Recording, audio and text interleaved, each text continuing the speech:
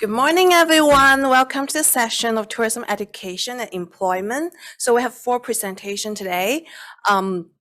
Each presentation will have 15 minutes to present, followed by a 5 minutes Q&A. And when you are reaching the 5-minute mark and 1-minute mark, I'm just going to give you a notice of sitting there.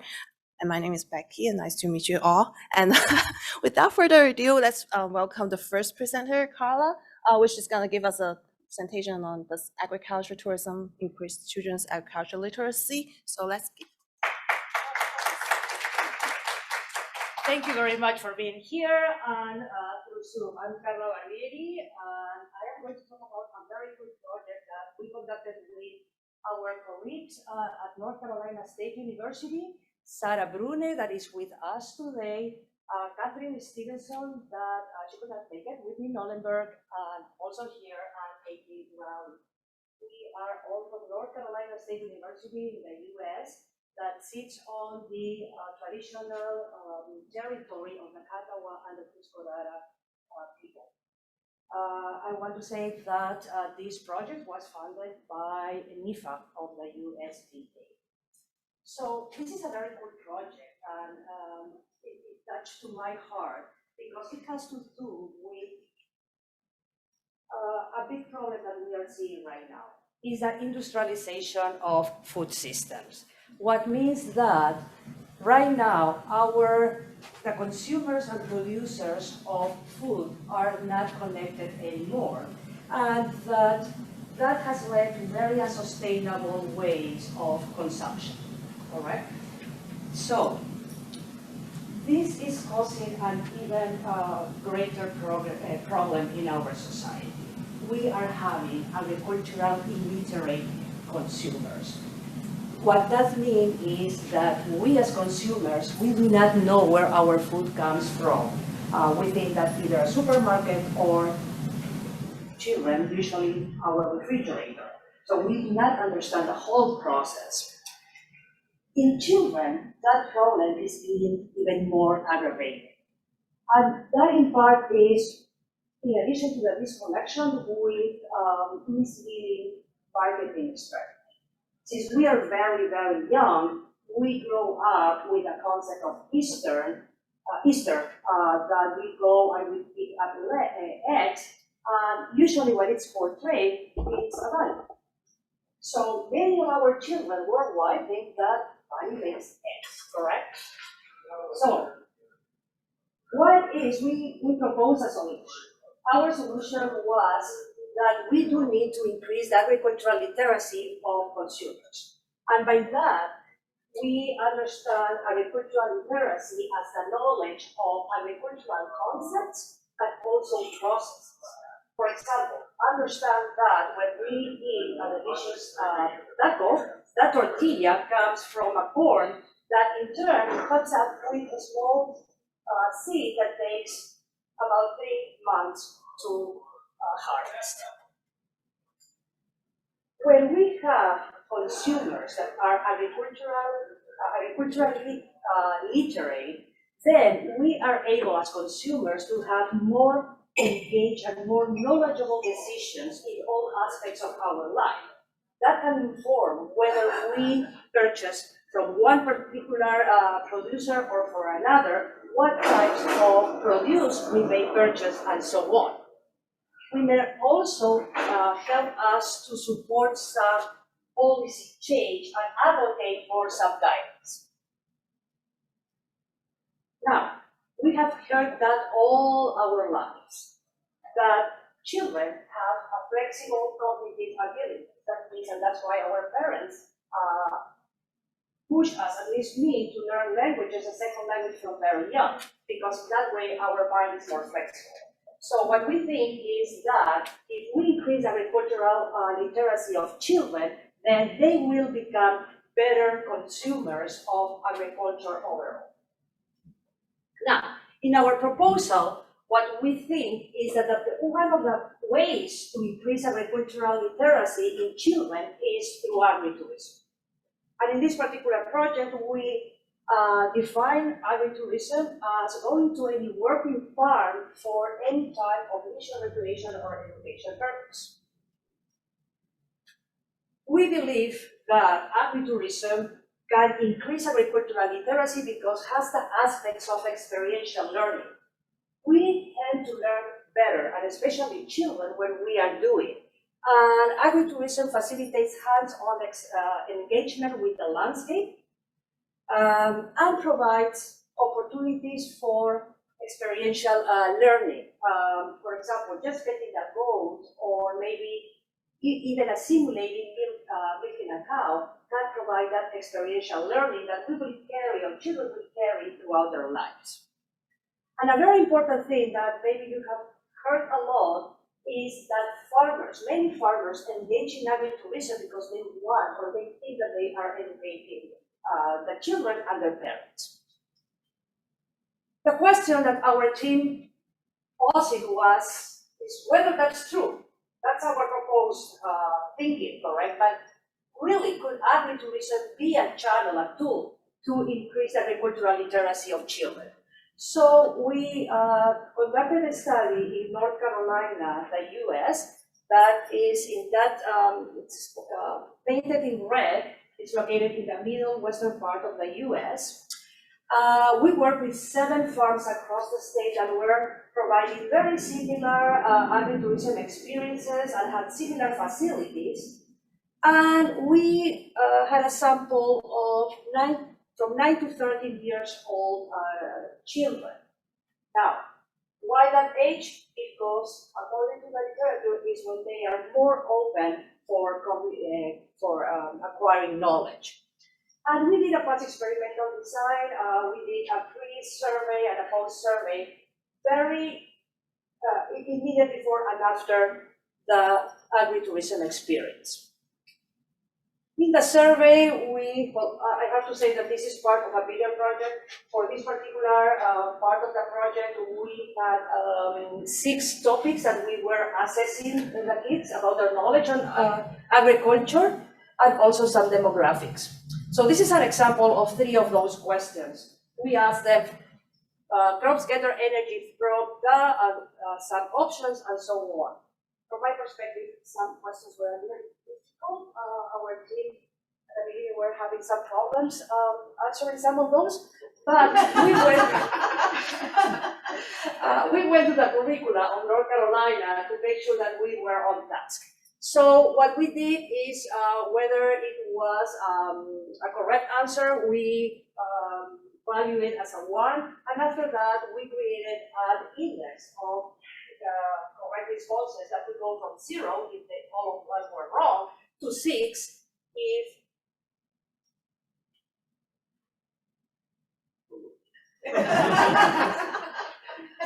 well, from 0 to 6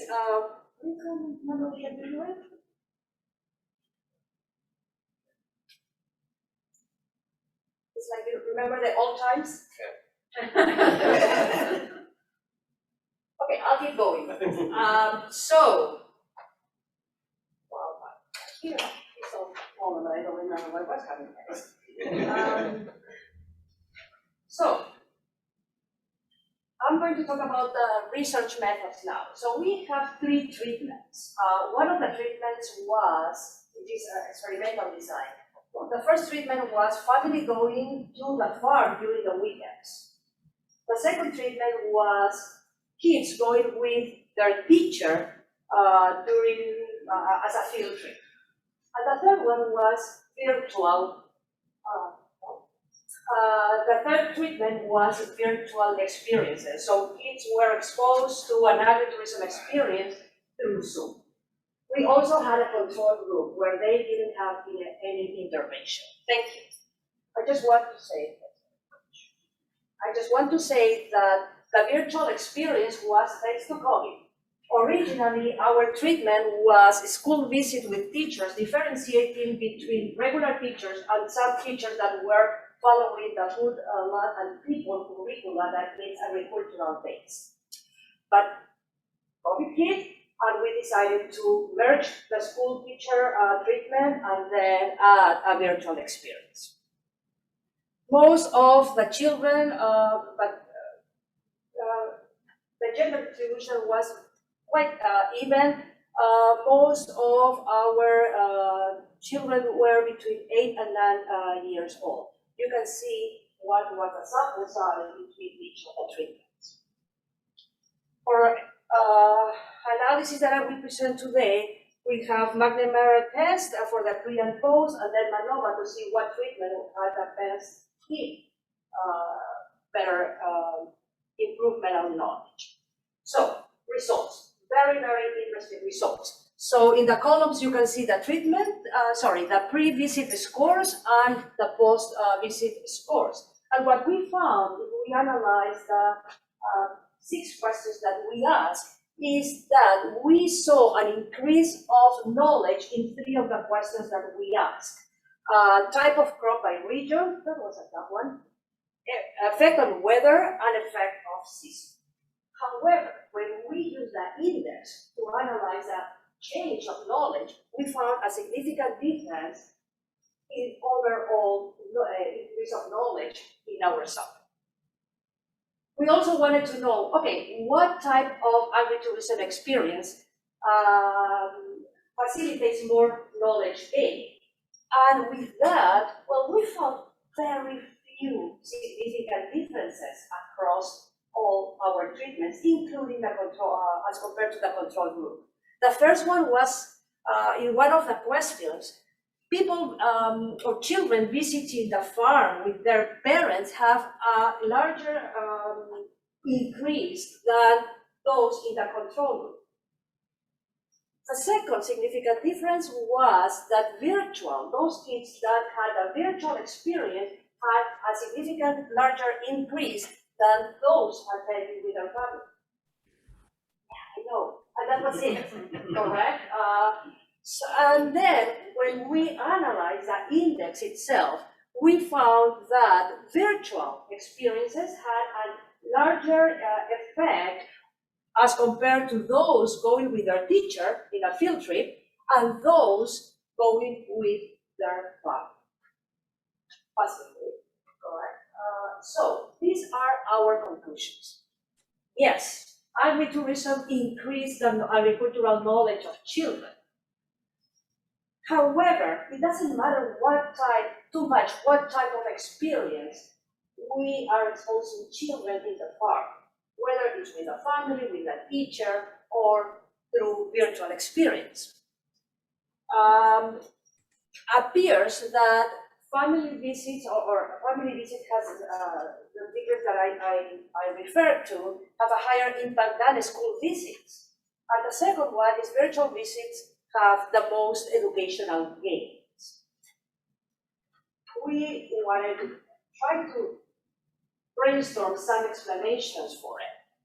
The first, why family visits have a larger impact, it's because of the direct contact. So it is not enough that we take the children to the farm.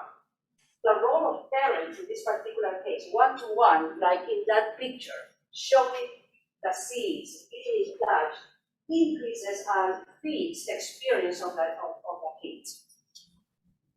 Regarding the virtual visits, we have to acknowledge something. We love Zoom, correct? Yeah, just imagine children, they even love more. In the middle of that boring session, sorry, I didn't say boring, but in those sessions, then comes a farmer. The teachers put a pre-recorded video, and that was followed by a Q&A session with a farmer itself, an interaction. So we think that that may have skewed a little bit our results because it was breaking the monotony of Zoom videos. Some limitations, well, COVID-19. Yes, it gave us the opportunity to test another treatment, but on the other hand, with COVID, it was more difficult for us to control the post-assessment. So, we surveyed the kids. They go to the farm, and as soon as they finish, we test them.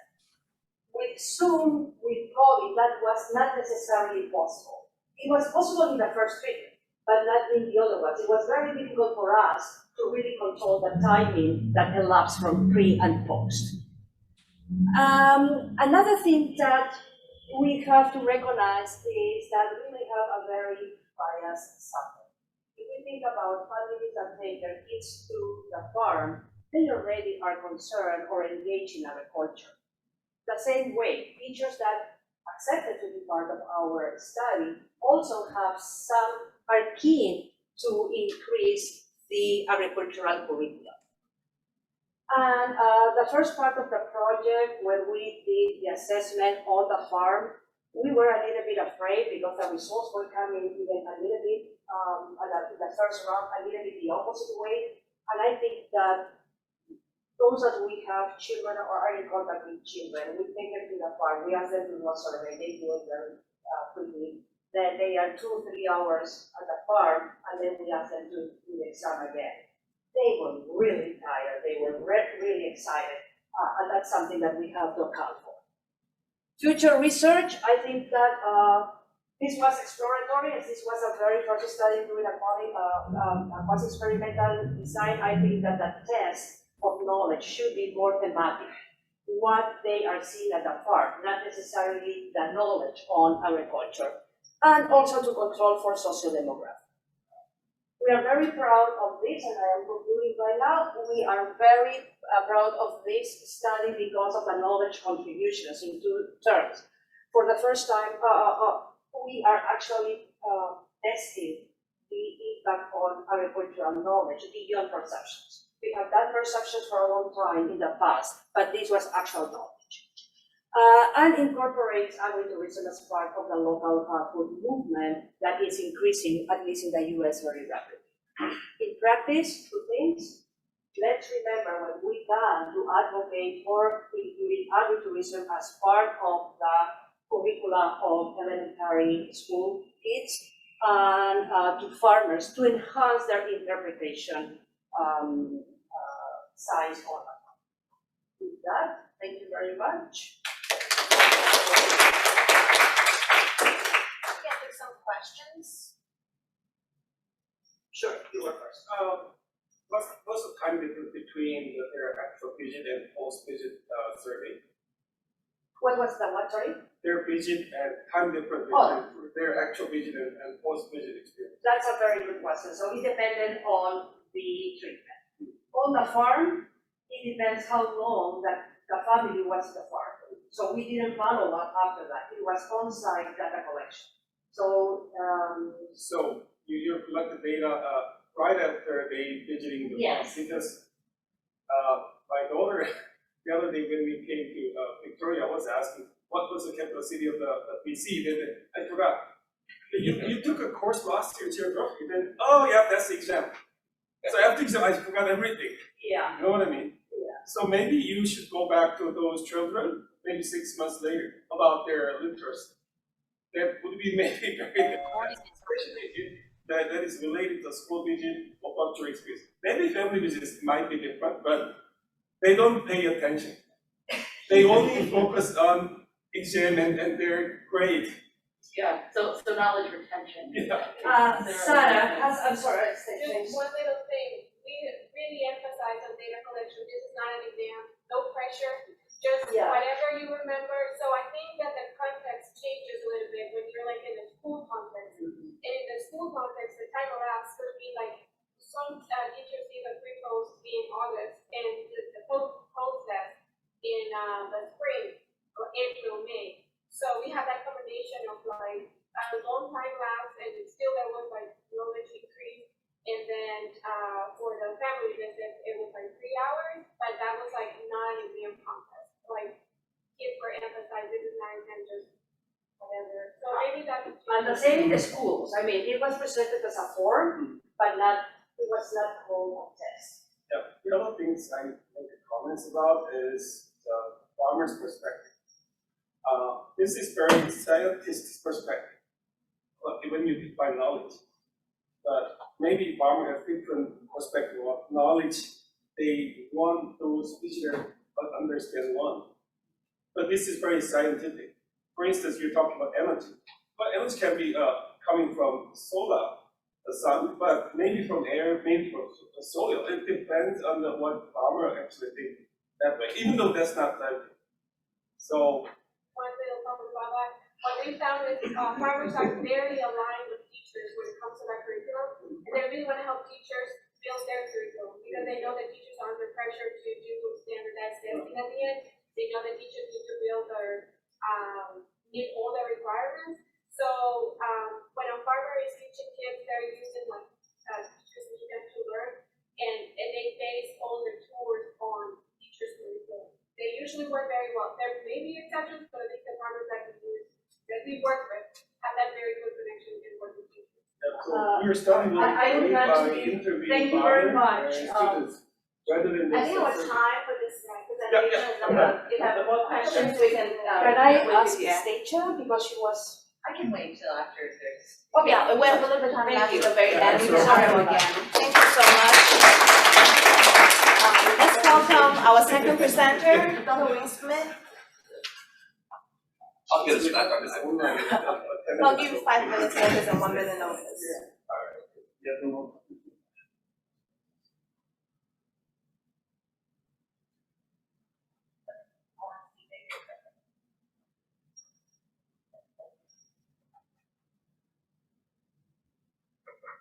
That's always nice. Side view.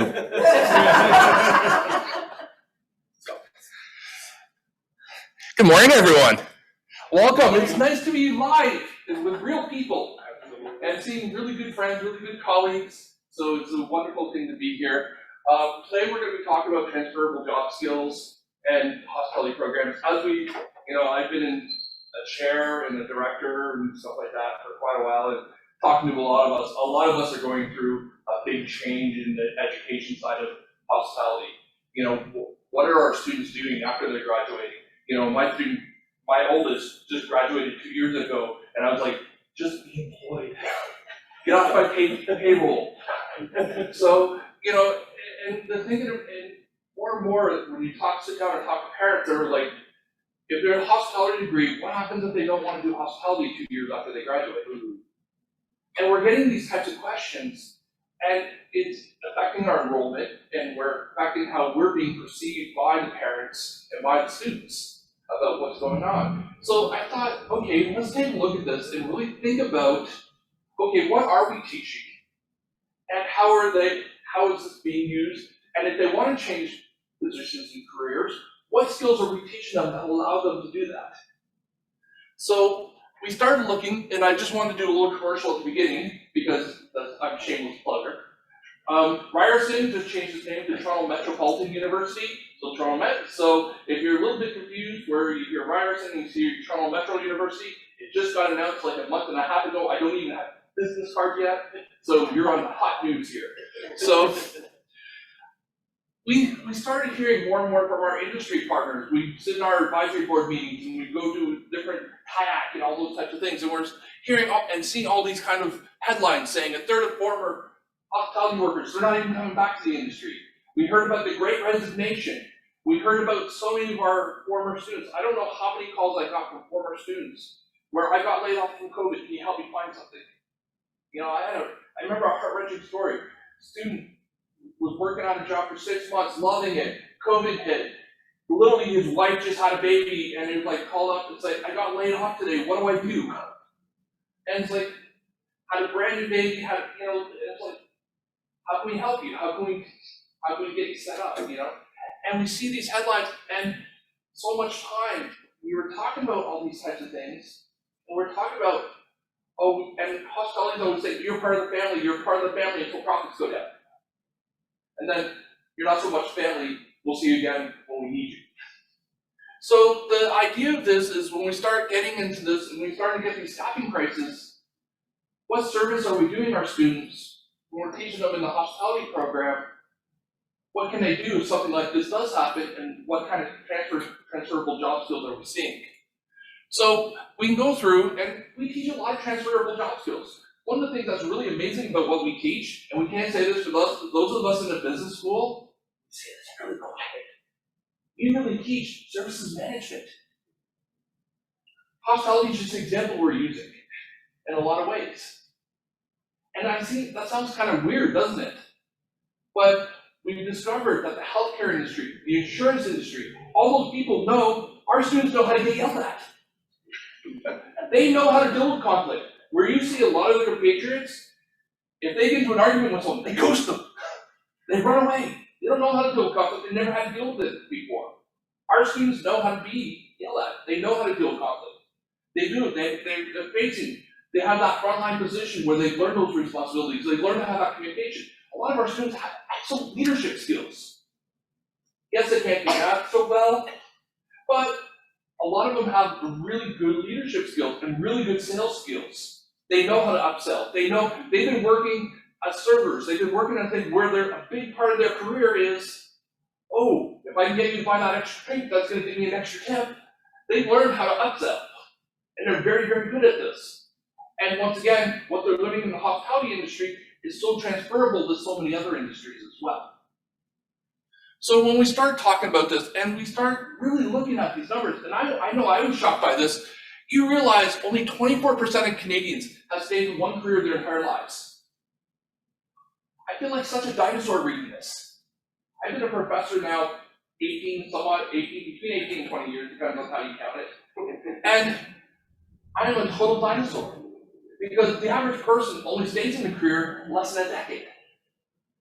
And if you think about the way careers are changing, what careers are lasting more than 10 years? You know, I was thinking about this the other day. My dad, he's in this age where he was in the 70s, and he created ice machines. He created he creates artificial rings, so he used to do all the contract, all the ones for NHL arenas. So if you actually go to a bunch of NHL arenas, you'll see the machine that creates the ice, his signature's on it, which is kind of a cool thing. But about 10 years ago, all of a sudden they start computerizing him. And he was born in an age where he barely finished high school. And when they start computerizing, guess what happened to him? The industry passed him by. He had to retire. He wasn't employable anymore. And you think how many of our jobs today are here today, but not necessarily going to be there in the same way. I remember doing the night audit when I first started, and we literally had to count cash by hand and actually to the receipt. The audit took us like 6 hours to do in the night overnight. Now, one couple things, the report's done. It's a totally different kind of experience. So you start looking at this, and we're starting to see the evolution and the technology and how it's changing all these different fields. And are we preparing our young people for those changes and those evolutions? So the purpose of the study is to see what skills they had and to move to another industry and whether or not they changed careers during COVID. Really simple. We kind of cyberstalked, no, we researched LinkedIn profiles. So we had basically 300 Canada, 300 in the US.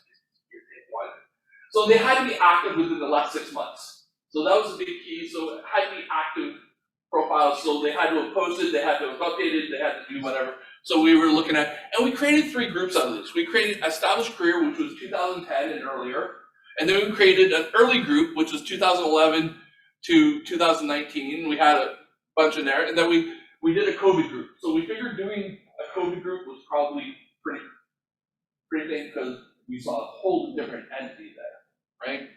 So when we take a look at it, we looked at when they graduated.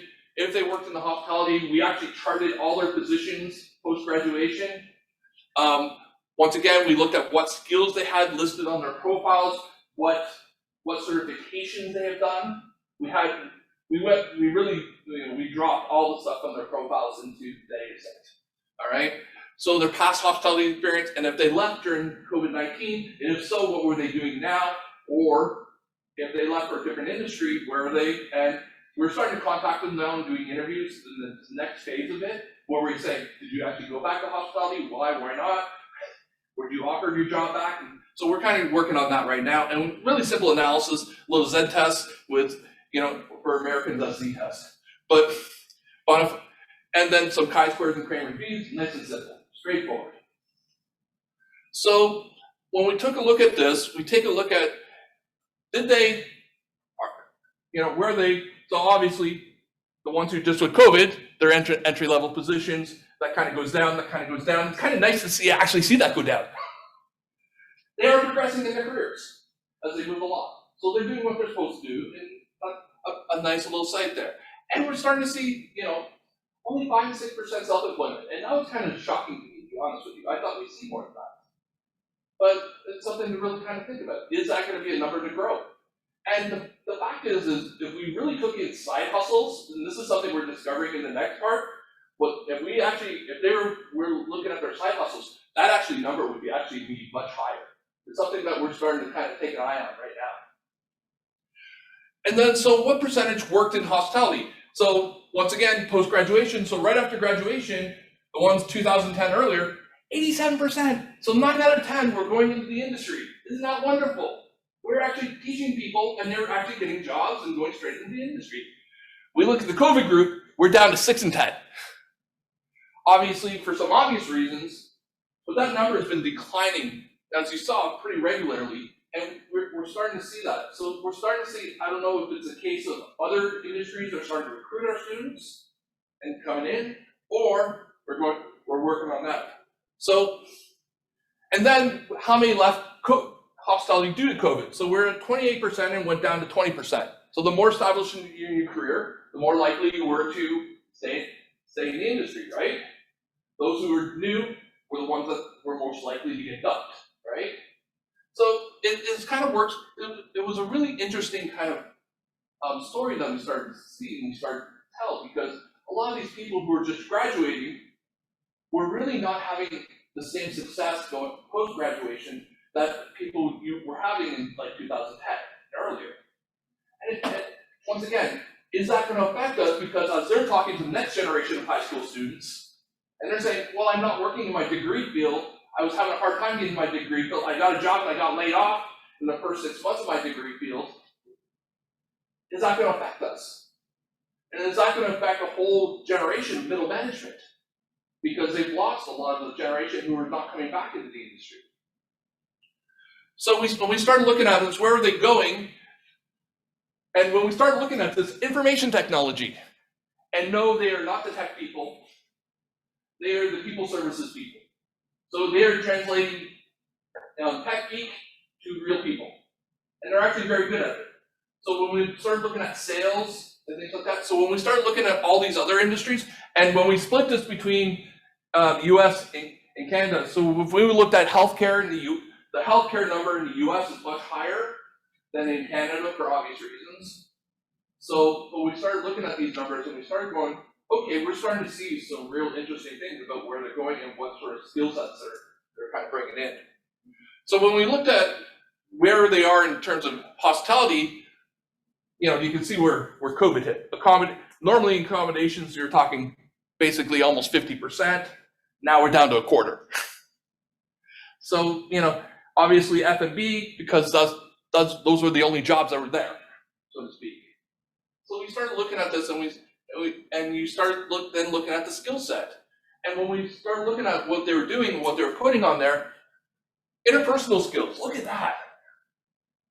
Over 90, basically 90% plus, almost across the board, right? 89%. It shows that our students have some real talents that aren't easy to find in the marketplace right now. Those interpersonal skills, those soft skills that they're talking about, are actually really important, very important in the marketplace. Industry knowledge was really, really high, right? And then you started taking a look at this, in terms of retail and logistics, and you started taking a look at language a little more here, and then the leadership right down. They're not really expressing their leadership skills. And they're not talking about that. Although when you talk to them, they'll talk about how they're able to solve problems, run meetings, do all those types of things. So they have leadership skills, they're just not recognizing it as leadership skills per se. So when we're talking about it, we really need to start to think about when we're training our students, and the word training our students always sounds weird to me. Because, once again, I have this old guy mentality where we're trying to build holistic people. And the students are coming in, and the parents are coming in thinking it's transactional. I'm going to get my degree, this is going to get me a job, right? But what the reality is we're seeing all these shifts in the economy, constantly changing now. So how can we, as a very specific degree, right, where we're training people to be hospitality and tourism, how can we convey to a broader audience that we are, listen, there is life. If you don't want to do hospitality, you have all these skills that you're getting from our degree that you can take in whatever direction you want to take them in. And they're going to lead you to be successful. So just something to kind of think about a little bit here. And the ideal is sales and leadership. We use sales as a, if you look at most business programs, marketing is one of the most popular majors ever. What the hell is marketing? Like how many marketing jobs are there really? Right? But if you think about it, it's sort of this, it's sales. But if they called it sales, the kids wouldn't be going there. Because they don't want to do sales. They want to market. Right?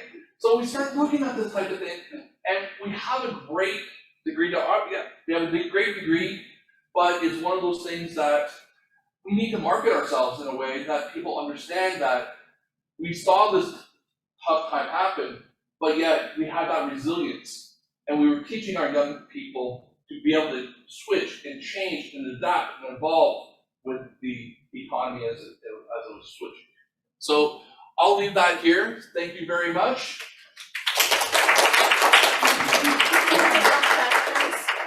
A couple questions. All right, nothing hard. Who's going to ask me the easy one? All right. Yeah, I can start with the easy one. Thank you very much for the very insightful presentation. Again, from Temple. So I have a quick question. Say hi to Robert for me. Okay. So a very quick question. Did you ask them, like during their programs, what kind of course, what kind of training they thought is most transferable? In phase 2, where we're doing the qualitative stuff, that's where we're doing that right now. So we're about 100 interviews in, actually. And that is one of the core questions we asked them. And one of the things that they really did talk about was, we're getting loud and clear, that they like these boot camp ideas where they get the actual certifications. They found that's really helpful in the micro certifications. They said that helped them helped them when they had to switch to show that they had the skills in different areas. And then the second thing that we started hearing is really we hear sales and leadership over and over and over again. So I know a lot of our programs use this kind of teaching sales, but it's a skill that if you can sell, you can go anywhere. It really is a transferable job skill. And we required it, if you're working the front desk, you're upselling. If you're working in the thing, you're going to be doing upsells. So it is a big part of what we do, whether it's driving profits, right? And understanding that part of the industry is important across the board. So it is kind of a really interesting thing. But those are the things that we were getting at. And once again, these are from business schools. So if you were doing this from a hospitality program or a geography department, you may get different answers, but we're coming at it from a business school perspective. Great presentation, thank you. I have a question. The LinkedIn data gathering that you did. Yeah. Is there an automated tool for that, or was that a manual process? Because it sounds grueling if it's the latter. I tortured 2 poor undergrads. I was wondering if there's undergrads in therapy somewhere. Well, yeah, I had a budget for therapy afterwards. Okay, good. But no, literally, we what I did was I got a premium membership. They went in under my premium membership, and we downloaded everything. And so it was, I could write a scraper program. But the thing about it is that when you get into the scraper programs, it doesn't get any of the nuance. What this allowed us to do by hand is we could find the nuance in the data. And we had a lot of discussions where this is the profile here, this is what they said in the profile, what they named. So we were able to get some of the nuance that the scraper would have got. No, and unrelated, I guess, but related to your message today, do you think that there either will be or should be a change in the name of hospitality and tourism programs to be more service management, to be more, is that what you're advocating against? I am telling you, if you can get that through a school of business, I will kiss your toes. No school of business is ever going to let us change that name. But secondly, I think we have to look at it more, our education as being holistic. I think the industry is changing. And look at all the jobs in the industry. There's companies, Expedia, I think that's when I was an undergrad. I can go down the list of companies and look at avionics, look at all the companies that are here at this this event where all these consulting firms, the opportunities for our students are well beyond the traditional events, you know, accommodations and F&B, right? We have such a broad field now and so many directions I can go in. It's one of those things, I think we have to think about that in terms of our curriculum to make sure that we're presenting these students all these opportunities and getting them to understand. You know, I don't know how many parents I sat with over the years where they sat down with their high schooler and said, why should we send them? We just teach them to be a front desk clerk, right? I was like, no. And then you start explaining to them sort of what the industry is and what the opportunities are, and all of a sudden their eyes light up in a way because people just, the average person just sees what they see. It's not that they're bad or whatever. That's what they see, right? So, all right. I have a quick aside. That was great, the presentation. Are you planning to collect the data after the pandemic? Because our return to normal is very different from our SARS experience in Canada. Because now hotels that is almost normal, 85–90% occupancy rate. And also these students stayed online last 2 years. So these guys are very different from previous guys. So are you guys planning to collect more and bring it back to us? I'm hoping to do this every year for like the next person. That'd be very to see so you can see what the shifts really are. I'll tell you right now, the recruiters coming in, we're getting a lot more aggressive recruiters from other teams. So if you're looking to raise money for your departments, try inviting some of the insurance companies, try inviting some of the healthcare to your job fairs. All of a sudden, you know, they'll pay pretty good money to show up. They can do a nice little round. Anyway, thank you so much. Thank you. And now we have the next presenter, Lena. I'm here, I'm online. All right. Well, good morning, everybody. Can you hear me? Yes. Perfect. All right, so let me share my screen and hopefully you will be able to see my screen as well. Can you see my screen? Yes. Yes, we do. Okay, perfect. So let me start. Just a second. I have two screens. Well, good morning, everybody. Aloha from Hawaii. I'm so sorry I was not able to join you guys, but I hope you will enjoy the presentation. Once again, we go virtual. So, hold on a second, please. Let me start here. So once again, my name is Lena Shulga, and I'm here to present the research that we put together with Dr. James A. Basser from UNLV that is entitled Impact of COVID Human Resource Retrenchment on Commitment to Talent. So the main topic of this presentation is talent management and how employees perceived whether the companies through talent management were able to to be committed to talent when they implemented different non-popular cost retrenchment and asset retrenchment policies. So let's start first by what is talent management. Talent management is a system that is focused on developing talent pool with high potential and high performing employees. So the talent management system is successful when this is continuous. Within talent management line of research, there's two different streams. One says that there's a debate, right? So exclusive talent management and inclusive talent management. My apologies, I don't know why my slides are going back and forth. So apologies about that. I will try to control it better, but I'm not sure. All right, see, so sorry. All right, so exclusive talent management says that there are only few people within the organization who are talented. And those are the people that we need to invest most resources in, and we will get the better return on investment.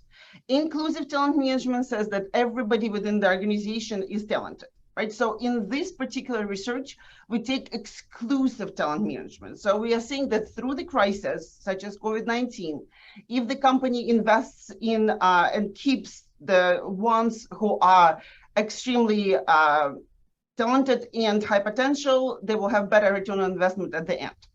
Now, what did companies do through COVID?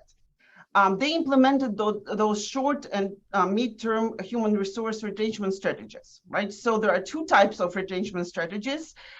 There are cost retrenchment and asset retrenchment. If we talk about cost retrenchment, those are the ones that we know. First of all, companies would start hiring freezes, then they will lay off people, they reduce salaries, they reduce benefits, they shorten work weeks, they send people on mandatory leaves and unpaid leaves too. But it's not only this. Some companies decided to do asset retrenchment strategies, right? So what are asset retrenchment strategies? Those are restructuring.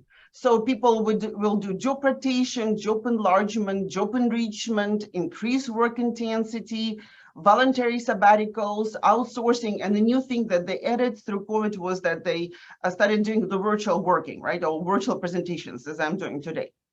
So, what are in one part, those human resource retrenchment strategies are very popular. They say that they can mitigate the negative impact of COVID-19 type of crisis. On the other hand, research shows that it can be actually negative in the long term. It has negative impact on people who are remaining working after all those retrenchment strategies were implemented, and it even can decrease firm performance down the line in the long term.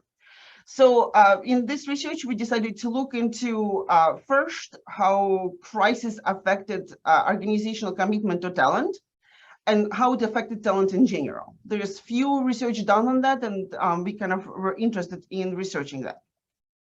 So with this, the purpose of the study is to examine the role of cost and asset retrenchment human resource strategies enacted as a result of COVID-19 related crisis on employee perceptions of organizational commitment to talent. To achieve this purpose, to fulfill this purpose, we have two different objectives. So first of all, we wanted to see how both cost and asset retrenchment affected commitment to talent, affected employee psychological contract fulfillment, and commitment of employees to the organization. We wanted to check the differences between hospitality employees and non-hospitality employees, and we looked into the state of Hawaii because it was drastically affected by COVID-19 lockdowns. So let's start first with the literature review. We used psychological contract fulfillment as the foundation for the study. This theory is highly applied when the researchers investigate employee and employee relationships in hospitality and tourism. Psychological contract theory describes two-sided relationships between employee and organization, checks whether employees believe that their expectations and requirements were met, and when they believe they were met, they say that the contract was fulfilled, psychological contract was fulfilled. When employees feel that this double-sided relationship was not met, the expectations were not met, requirements were not met, that means that the employees feel that their psychological contract was breached, right? So let's look into the hypothesis development. So first, and the main thing, we wanted to see how employees perceive organizational commitment to talent through crisis. Organizational commitment to talent through crisis is defined as a company's willingness to have goals and values to put forth sufficient resources and efforts on behalf of talented, high-performing employees. And high-performing employees or talented employees, this is how we operationalize talented employees in this study, they usually go to the companies that support their high performance. They like that culture. So our idea here was that if the company doesn't have commitment to talent through crisis, it has negative effect on employee perceptions of such commitment, right? So if they implemented those cost retrenchment and asset retrenchment that does not show support to talent, that it's going to have a negative effect. Next, we looked into employee organizational commitment, whether the employees were committed to organization. And we felt that if employees are committed to organizations through crisis, they will not resign, right? So they will stay with the company. So it is a reciprocal relationship in the previous research. So if employees feel that organization committed to them, employees are committed to organization. And this is our hypothesis number 2, so that if employees think that organization is committed to talent through COVID, they will be committed to the organization. Next, hypothesis talks about the psychological contract fulfillment.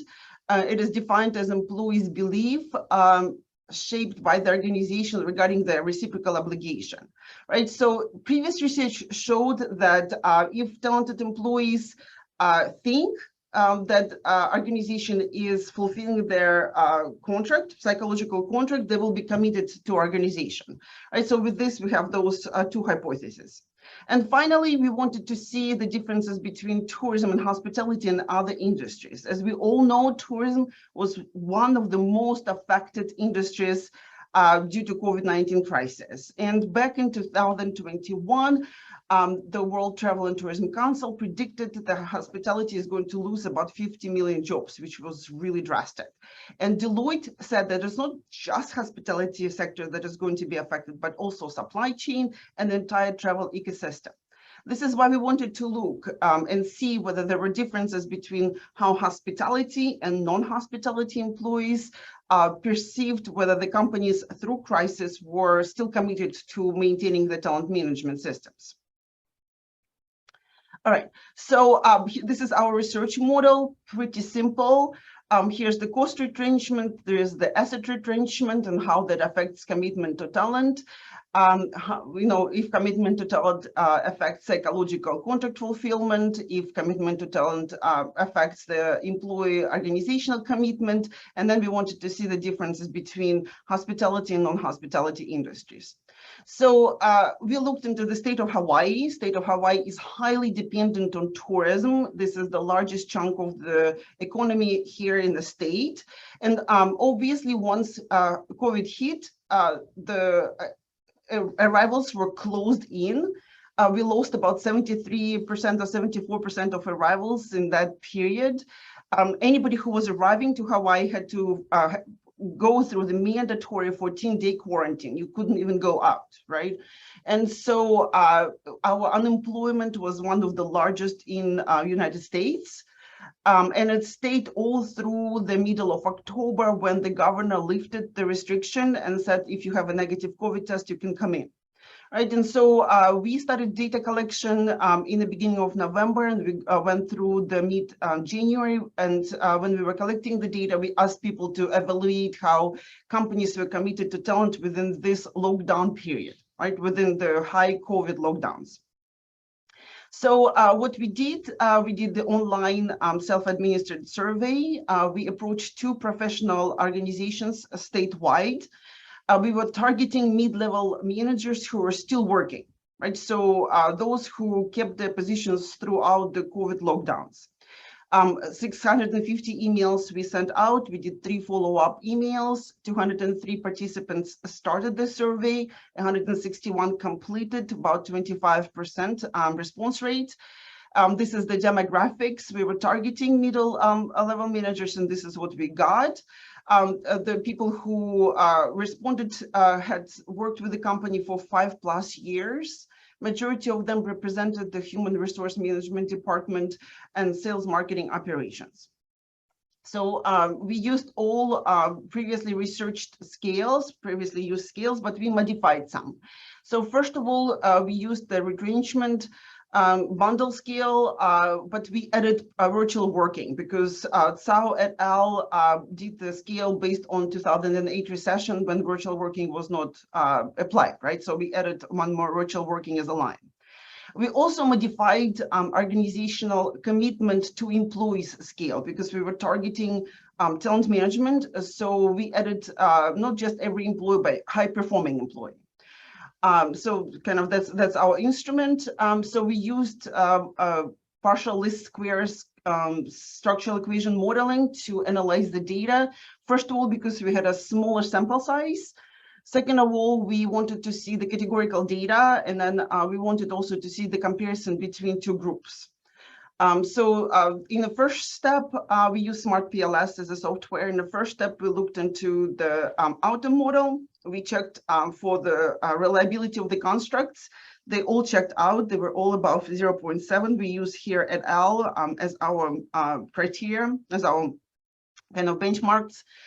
We looked at the convergent validity. Convergent validity also checked out. Our average variance extracted was above 0.5. We looked into the discriminant validity of the base model. It also checked out our square root of AVEs were above the inter-construct correlations.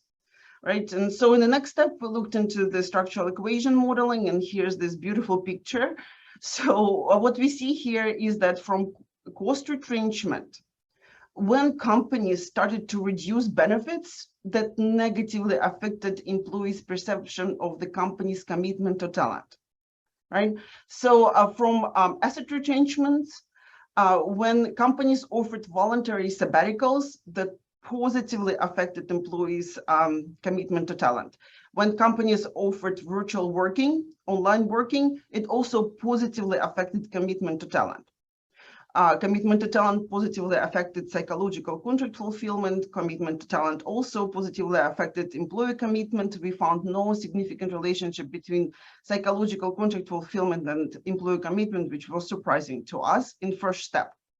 In the final step, we did the multi-group analysis. We compared those who worked in hospitality and those who worked in other industries. And first, we looked into the significant differences in paths. And we found one where commitment to talent had higher, significantly higher path coefficient for other industries than for hospitality on employee commitment. Once we discovered that significant difference, we looked into the differences between path analysis. And what we found that for hospitality is significantly different in their perception of what affects employees' commitment to talent, organizational commitment to talent perceptions. First of all, in hospitality, when company laid off some employees, but left some employees working, that positively affected those employees who were still working as organizational commitment to talent. Is it time? I couldn't hear you. All right, so 1 minute. Okay, sounds good. I'm almost there. All right, so increased intensity. A lot of hospitality companies apparently increased intensity of work that negatively affected employees' perception to talent. Job rotations positively affected it. And what was also interesting is that for hospitality employees, psychological contract fulfillment had a significant and positive effect on employee commitment to talent. With this, we have theoretical implications. This is one of the first studies that actually looked into talent management, commitment to talent through crisis. We looked into the differences between hospitality and non-hospitality groups, and we are kind of adding and advancing psychological contract theory through crisis management. With this, we have some practical implications. The company must engage high-performing employees and communicate whether the company is committed to talent through crisis, offer voluntary sabbaticals, job rotations, and virtual working where possible to keep employees going and keep them keep their psychological contract fulfillment going, and try to be cautious with layoffs, reducing benefits, and increasing job intensity. Right, and communicate. With this, we have some limitations. We had a limited sample. We looked into only mid-level managers who actually survived through crisis still working. We did the cross-sectional design, and then we had a non-response bias, cultural differences, and other job outcomes. So with this is it. I hope I was within the time. Thank you. Thank you. We can take some questions. You can talk to. Yeah, you can ask questions. Maybe. Well, you gotta do it through the microphone. Yeah, a little bit. Go closer. Or, Yeah, like here. Yeah, I want to ask one question about definition of hospitality in other industry. Can you hear me? Lena? Go ahead again. Yeah, can you define, how did you define the hospitality in other industry? Yes, hold on a second, please. Let me go back to, here we go. So hospitality was restaurant, hotel. Mm-hmm. So we had 64 of those. Hawaii is highly reliant on a hospitality industry. We have a lot of restaurants and resorts and hotels. So everything else was medical, insurance, retail, transportation. So Yeah. those were others. And non-services was construction. We have a lot of construction here. Yeah, I think you should really carefully touch this the definition of industry, because even F&B and hotels are very different. Even their back office people and frontline employees very different. And you include a couple of public sector and nonprofit. They're also different group of employees. So they have very different mindset, different experience. So you may need to go back to where you started about definition. Because when you do the multi-group analysis, we should argue that this is very different group and very different way of doing their job. But at the moment, I don't agree that these are relatively very different. They're all mixed, very complicated. Maybe you can compare the F&B versus hotels, more frontline employee versus back office people. Because when they coming back to normal, the F&B came back normal very quickly.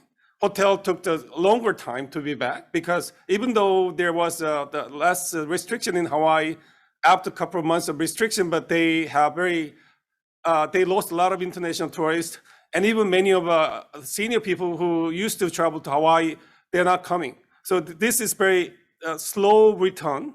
So they may have very different kind of feeling. And your antecedents only explain the 19% of our scare.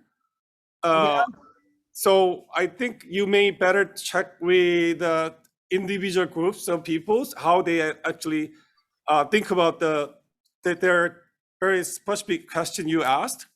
Then maybe it's a very interesting study that you can end up with.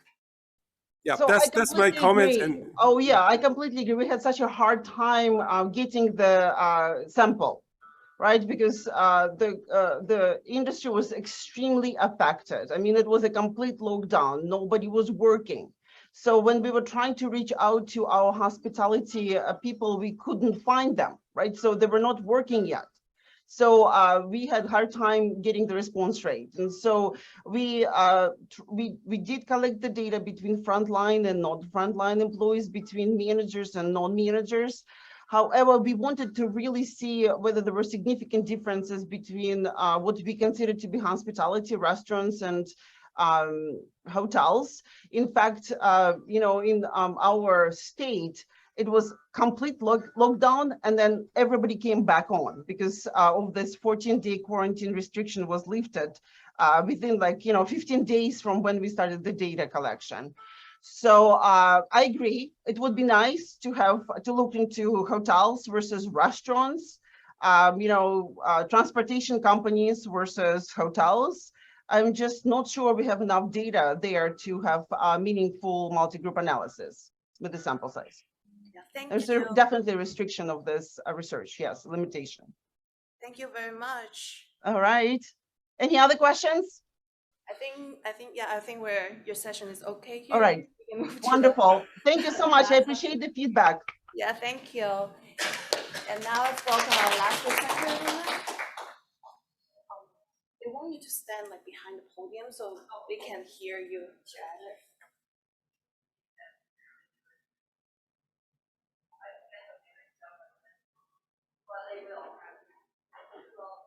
Here, right?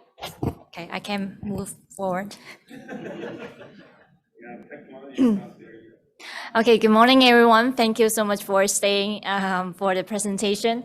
So this is just a fun project that we done with Dr. Choi as well as Dr. Shuyue Huang with the Mount St. Vincent University. So we are from University of Guelph. So this study is mainly about how we are trying to understand what are those factors out there would be able to influence all of these Canadians' travel knowledge during their the COVID-19 pandemic. So we are using the cognitive mediation model to help us to do this. So I think you all know that nowadays, all of the COVID-19 thing has been talking about. We always have been talking about how this impact has really been on our tourism industry and the hospitality industry. You can see before COVID-19, we're looking so good. Our destinations in Canada has been actually reached out the highest number of the international visitors in the COVID-19. as well as the impact when the COVID-19 hit. Everybody knows that nowadays they have been really decreasing when we have the depression for almost 2 years now. So it's expected at least it would take for the domestic tourism to back to the pre-COVID-19 level.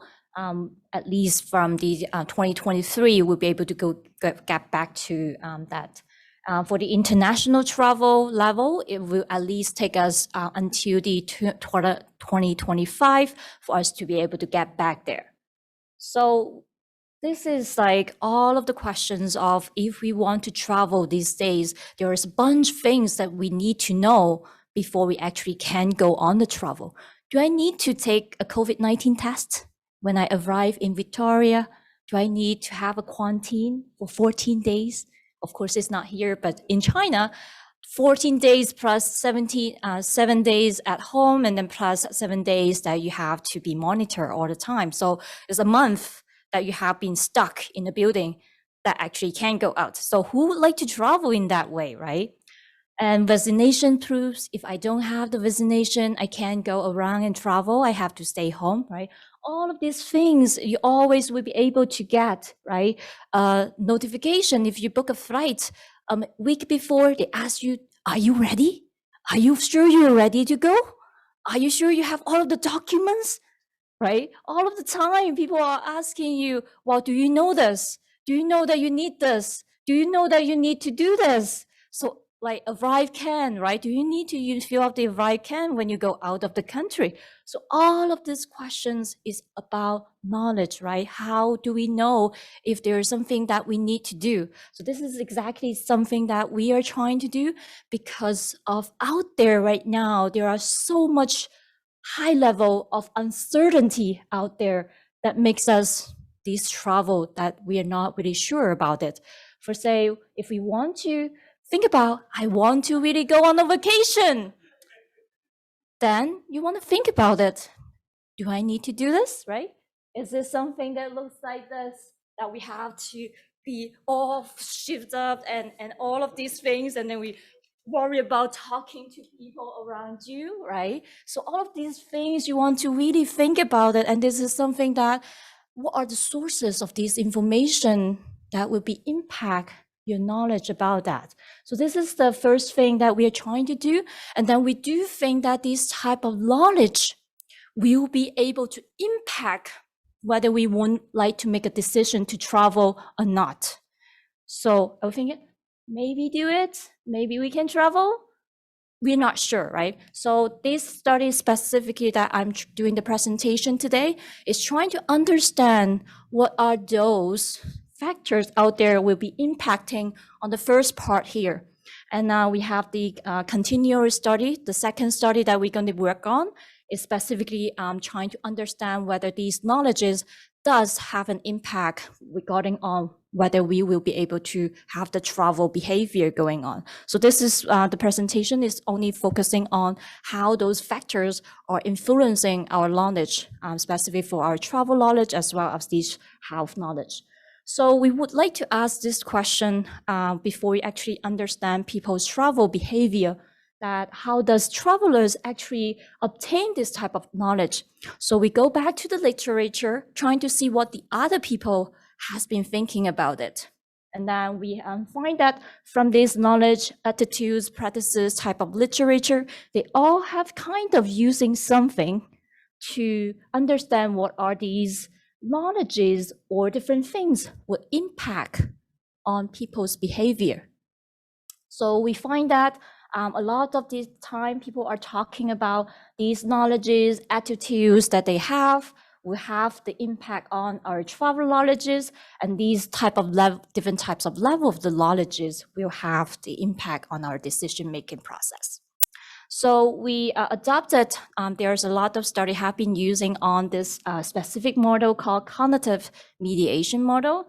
This is the original model that they have taken a look at how people have these type of knowledges and gaining through the political type of how they vote to a certain type of people and regarding on how well they will be having. So they have taken a look at these mediators. such as these surveillance, gratification, how much they pay attention to these news and medias that they have around them, such as there may be social medias, maybe from the websites and etc. And also how they elaborated, how they process this information. Do I understand what these news has been telling me? So this is what the original CMM model has been talking about. And then based on this ones, our studies mainly has a purposes of to investigate these different types of critical factors that we use from the CMM model, trying to help us to understand what are those things that will be impact of our travel knowledge. So we done a bunch of the different types of literature to understand what are out there. And then we kind of thinking that these two types of knowledge are going to be really, really important in terms of helping people to make a decision whether they would like to have a different type of decision on traveling. So we have two types of the travel knowledge. One is on the pandemic specifically. So how well that you're supposed to protect yourself, whether you need to wash your hands while you're touching different types of places. Do you want to wear a mask? Do you want to have these type of protection suits that that you can wear on to protect you from these type of germs? Also, the travel health knowledge are going to be important as well. So regarding of whether you need to know there's a specific types of requirements to entry different types of places. And then we develop different types of hypotheses. So there are a bunch of things that you might really having a difficult time to read. So I'm going to skip the graph over here for you to easier to be able to read. So we have, this is the original CMM model. We have expanded a little bit with these two knowledges that we are distinguishing between the two different types of knowledges out there. But the rest of it are the basic original CMM model. So we have done the hypothesis that we think that because the original CMM model has been suggesting these type of surveillance gratification, that means whether I think that I have this change to know about this type of things that is happening at the destination that I'm traveling to will be really important for me to know. So this is what is been that they think that having this change, this opportunity would be really impacting on the media attention. And then the also the anticipated interaction, such as if you're getting a no from these travel industries, as well as the social medias that people has been posting things, or from your family and friends, these anticipated interactions that, oh, you want to go to Hawaii. Now, do you know that this is something that you need to do before you entry for the Hawaii or something, right? So this is the anticipated interaction between the people and these type of knowledges that will be having an impact on how you're going to be elaborated, how you process this information, as well as your immediate intention. I need to pay attention to the newest release of these travel restrictions that we have. So you might want to really pay attention to this type of different media. So we do think that all of these things will have the impact on our knowledge as well, the pandemic knowledge, as well as our travel health knowledge. So we collected the survey, we designed the questionnaire based on the previous literature. And then we use these 7-point Likert scales to help us to measure it. And then we collect about, in 2020, in September, we collect about 500 surveys. We screen out and clean those data who are not showing, missing a lot of responses. Then we think that is not really valuable to our study, right? Then we remove those responses.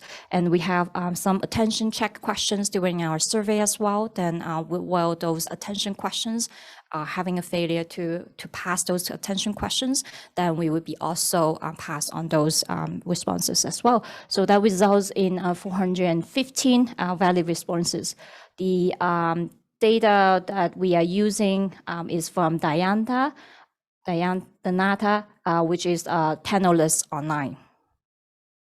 And then we use the two-step of the analytic approach, which is we use the CFA as well as the SEM to help us to understand how our model has been performing. And then we've ran through a few to confirm whether the validity of our data has been met to the satisfactory level. So we have confirmed that our conversion validity as well as the discriminant validity has been all satisfying with the recommended level. So this is the CFA results. We all find that all of these numbers has been satisfying. I think two items has been deleted because their vector loading has been too low. And then this is the final result of our CFA. So you can see the pandemic knowledge is mainly asking for whether you feel informed about the COVID-19 situations at the destination that you have, and whether as well you feel informed about the measures to avoid the infection about the COVID-19. And also, I understand the health advisors, so whether there are specific restrictions about the COVID-19. The travel health knowledge, right? I know what to do, I know how to protect myself, and I know how or when I need to seek for help if there is necessary. So this is the second step. We have conducted the structural equation modeling, and then we find that only the surveillance gratitude fusion doesn't really have an impact on the media attention. And the media attention doesn't really have the direct impact on our travel health knowledge as well. It's just having the indirect impact through the pandemic knowledge. So if we have found that this is the elaboration is more important to directly impact on our travel health knowledge. So as we said that the next step that we're going to be doing in our second study, we're going to be look at how these knowledges will be able to impact whether people are actually traveling or not. So our model fit has been also fitting to the satisfactory level. We have the SRMR equals to 0.04 and FI is equals to 0.01, and the chi-square is about this one is all meeting with our cutoff points. So this is a more of elaboration of how these p-value and the t-value would look like. And you can see that these two hypotheses that I have just mentioned is not supported in our study. The discussion and conclusion, we do think that theoretically we do have a few contributions to the literature, being the first study that has been attempted to apply the CMM to the tourism and hospitality studies. Managerally, we can apply these type of knowledges to help these DMOs to increase people traveling towards Canada if they would like to control what type of this information sources that people are going to be looking at. We do think that they will have a high impact on how to attract and increase the international travelers to come to Canada. Or within domestic, right, we can also still ask Canadians to travel within the Canada's area. However, we do have some type of limitations. We only collect the data in the Canada region. We do not have any other type of countries' data to support these type of findings. Also, having the longitudinal data would be really important because we can compare what is the pre-COVID-19 level looks like, as well as during COVID-19 and post-COVID-19. So these are all going to be having a significant impact or implications towards to us. So the other ones to test different types of motivations as well as different types of media intention. Also taking a look at how these group differences might have an impact. Doing a multiple group analysis might also be valuable in terms of understanding how these travel behaviors will look like. So that's about it. Thank you.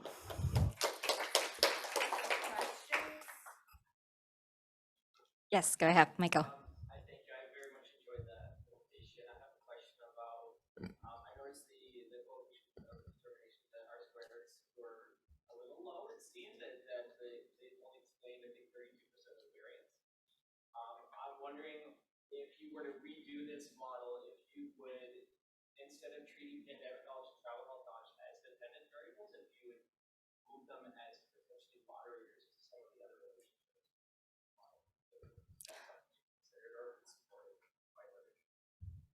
Chris?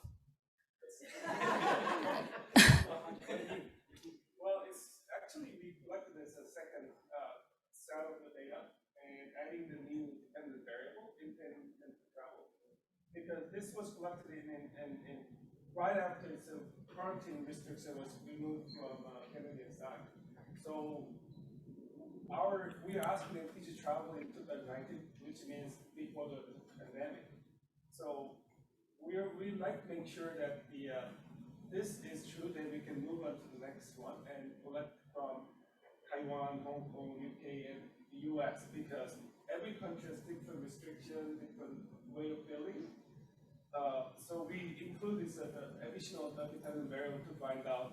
Yeah, it's 32%. It's not really high enough, but our main focus is travel has knowledge. So we try to find out how these are affected by the different factors. So 48%, I mean, it's not high, but that's kind of reasonable.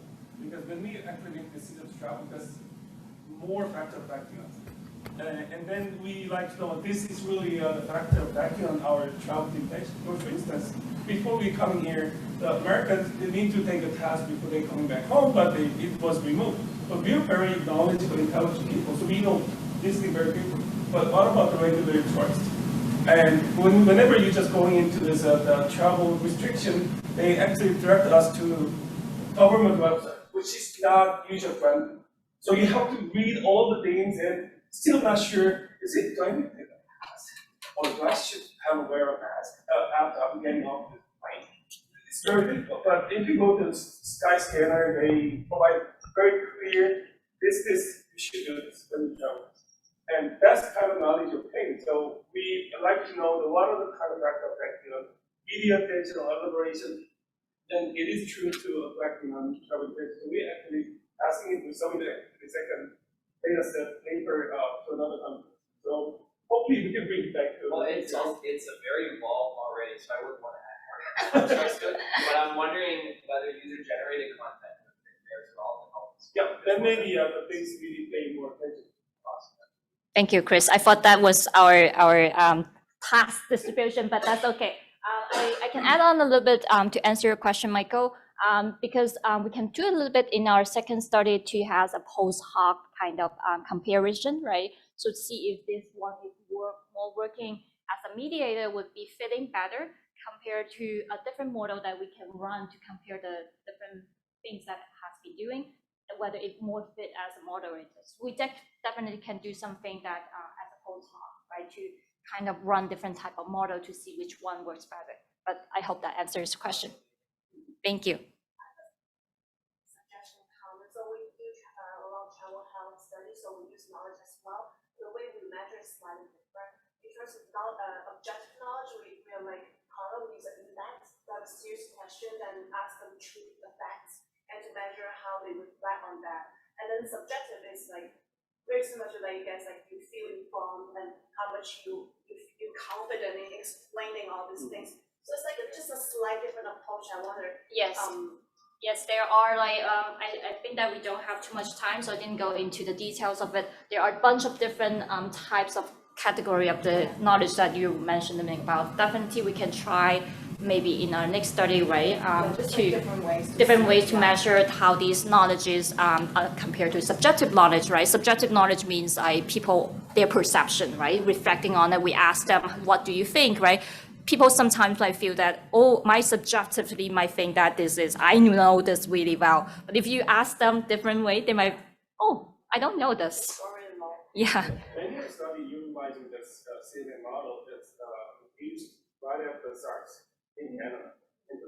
But that's very regional. But what we experience pandemic is global. So we have to really go deeper side of what you suggested, then that really with something more interesting things together. Thank you. I think you have a question? Yes, just for the sake of discussion. Given the subjectivity and the type of experience based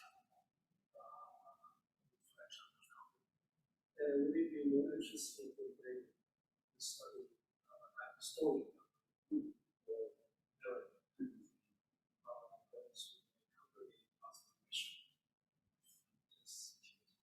Yeah, we totally, even during this session, I was asked about do you like interested in collecting data about improving people. So it's mixed method and looking at some phenomena from different angles, like different method is very, very important. And even because every country has different restrictions, different types of destination. And so we need to learn from those experiences and by asking them, can you tell us about your travel experience to Hong Kong or Taiwan? And they have such a different feeling, or are you familiar with destination, or you have been there? So that kind of thing is obviously very, very important. But we're just one side of it. I totally agree and thank you. Thank you so much for your attention, and I hope you have a great rest of the day in the conference. Thank you. If you have any more questions, welcome to Canada.